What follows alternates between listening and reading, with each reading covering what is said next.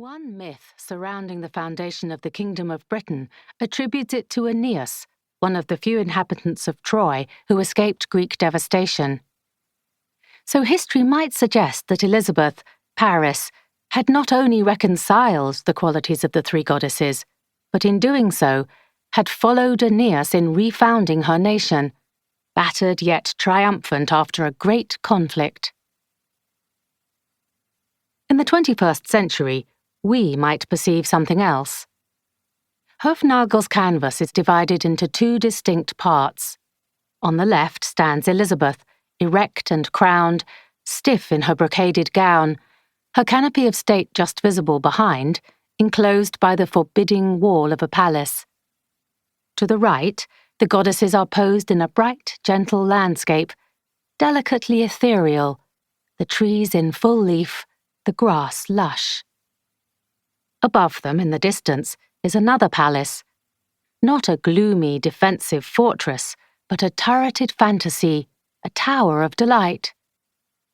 To my eyes, the distinction in the picture is between the past and the future. Elizabeth I reigned from 1558 to 1603. In those 45 years, something occurred in England, something which recalibrated ideas about Englishness and nationhood, and which left the country a very different place at the end of the period than at the beginning. Elizabeth herself is absolutely central to the manner in which this shift is brought about.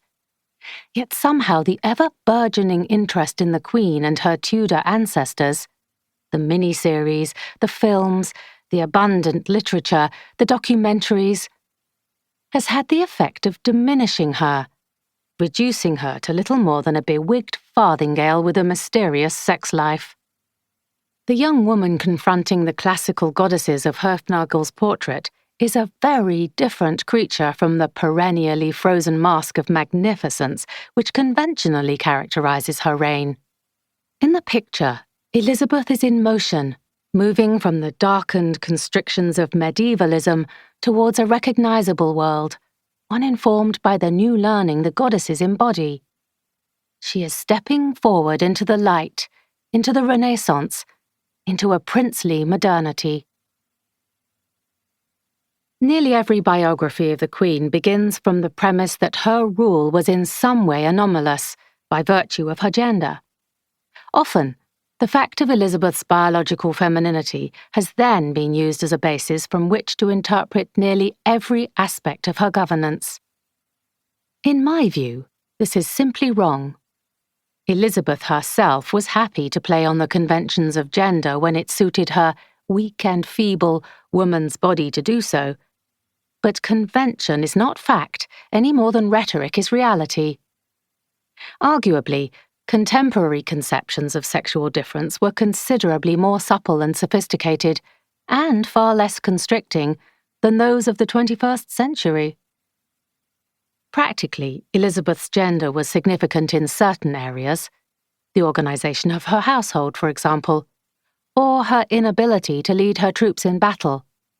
But Elizabeth's intellectual upbringing, and particularly the influence of the new learning, gave her a princely self-image not in the least circumscribed by femininity. Elizabeth saw herself primarily as a prince, in the sense that royalty, in the perceptual model of her times, negated gender. Furthermore, it was as a modern monarch, a Renaissance prince, that Elizabeth attempted to govern and refashion her realm. Elizabeth was not primarily an exceptional woman, she was an exceptional ruler, and one way in which she became so was to envisage herself, as she once told the Venetian ambassador, as a prince from a line of princes, even where those princes were not necessarily male. Elizabeth I may have been the second of England's queens regnant, but she was descended from a tradition of ruling women in both England and Europe. What, then, were the qualities of a Renaissance prince? How can we recognize one? And how can it be claimed that Elizabeth was one? Definitions of the Renaissance itself are notorious.